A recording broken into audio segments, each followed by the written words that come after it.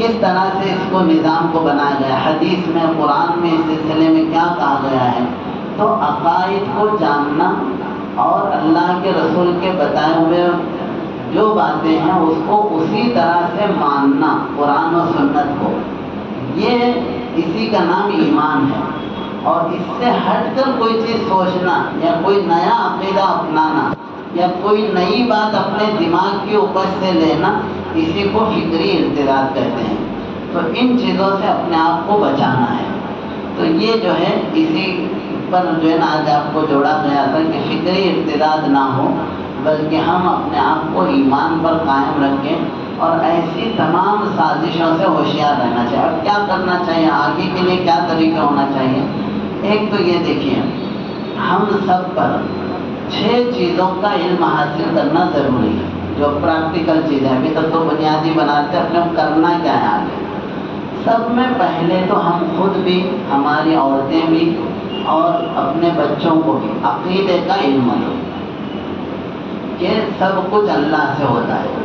بچے سوریہ نمسکار کریں، سمجھ رہے، سورج کے سامنے ہاتھ جوڑیں یا دوسرے مورتیوں کے سامنے ہاتھ جوڑیں، یہ ہمارے عقیدے سے میل نہیں کھاتا. بچوں کے دل و دماغ میں یہ ڈالو کہ سب کچھ اللہ سے ہوتا ہے، اللہ ہی کی عبادت ہوتی ہے. تو یہ جو عقیدے ہیں، اور بھی اللہ کے رسول سے جو ہے نا ایمان مفصل میں تفصیل سے میں اس وقت ان کا نہیں چھیڑ رہا ہوں، یہ سب چیزیں بچوں کو سکھانا ہم پر فرض ہے. اگر ہم نے نہیں سکھایا تو اللہ کے یہاں ہماری پکڑ ہوگی. ہمیں بھی سیکھنا ہے عقیدے کا علم. تو پہلی چیز تو یہ ہے. عورتوں کو بھی جو ہے عقیدے کے بارے میں بہت ساری غلط فہمیاں. ابھی کیا ہوتا ہے، ہم ایسے معاشرے میں رہتے ہیں تو عورتوں میں بعض مرتبہ یہ ہوتا ہے، جیسے ابھی انتقال کے وقت ہی عورتیں جو ہے نا روتے ہوئے کہتی ہیں اللہ کو تجھ ملا تھا کیا، سمجھ رہے، اللہ کو ہماری خوشی دیکھے نہیں گئی. تو یہ بولتے ہی عورت کافر ہو جاتی ہے، ایمان سے خارج ہو گئے، نکاح ٹوٹ گیا. سمجھ، یہ اتنی سیریس بات ہے کہ اللہ کے سلسلے میں ایسا عقیدہ رکھنا. یا پھر یہ کہ بہت سی موقع پر ایسا آتا کہ ارے پیسہ لکشمی ہے، سمجھ رہے، تو یہ بولتے کیا ہو جائے گا اگر اس کا عقیدہ ایسا ہے. ہمارے دیہاتوں میں بہت سے ایسے تہوار جو مذہب سے جڑی ہوئی ہیں ان کے، لیکن اس میں مسلمان شریک ہو جاتے ہیں. بہت سے دیکھنے میں آیا کہ شیواجی کے موقع پر جو ہے نا کولہاپور طرف کتنے مسلمان، اور بعض مرتبہ پھول ڈالنا، اس کا مطلب آپ راضی ہیں اس چیز سے. جیسے کفر کرنا سے آدمی کافر ہو جاتا ہے، ایسے کفر پر راضی رہنے سے بھی کافر ہو جاتا ہے. کفر پر راضی رہنے سے بھی کیا ہو جاتا ہے. ایک مرتبہ چھتا مسجد میں دیوبند میں ایک صاحب اسلام قبول کرنا چاہتے تھے، تو جو صاحب تھے انہوں نے کہا چلو اندر مفتی صاحب ہے وہاں جا کے قبول کریں. ہمارے یہاں اسلام قبول کرنے کے لیے کوئی رسم نہیں ہے، بس آدمی دل سے مان لے، کلمہ پڑھ لے تو مومن ہے. وہ کوئی بھی کر سکتا، عام مسلمان بھی، ایسا کوئی ضرور نہیں کہ بڑے مفتی صاحب پاس لے جائیں. تو انہوں ان کو لے کر آئے. تو مفتی صاحب نے کہا اگر اس بیچ میں ان کا انتقال ہوتا تو کفر پہ انتقال، اور آپ بھی اس کے زد میں اس لیے آتے کہ اتنی دیر آپ اس کے کفر پہ راضی ہیں. تو پھول ڈالنا گویا کہ ہم اپروول دے رہے ہیں شرک و کفر کو. وہاں جا کے ہاتھ جوڑ کے کھڑے ہونا. ہماری عورتیں اب کتنی شریک ہو رہی ہیں. اس مرتبہ تو گنپتی وغیرہ کے موقع پر اتنا دیکھنے میں آ رہا ہے کہ مسلم عورتیں برقعے میں جا کے کھڑی ہیں. کوئی جو ہے نذرانہ پیش کر رہا ہے چاندی کا چھلا، کیا کیا مطلب.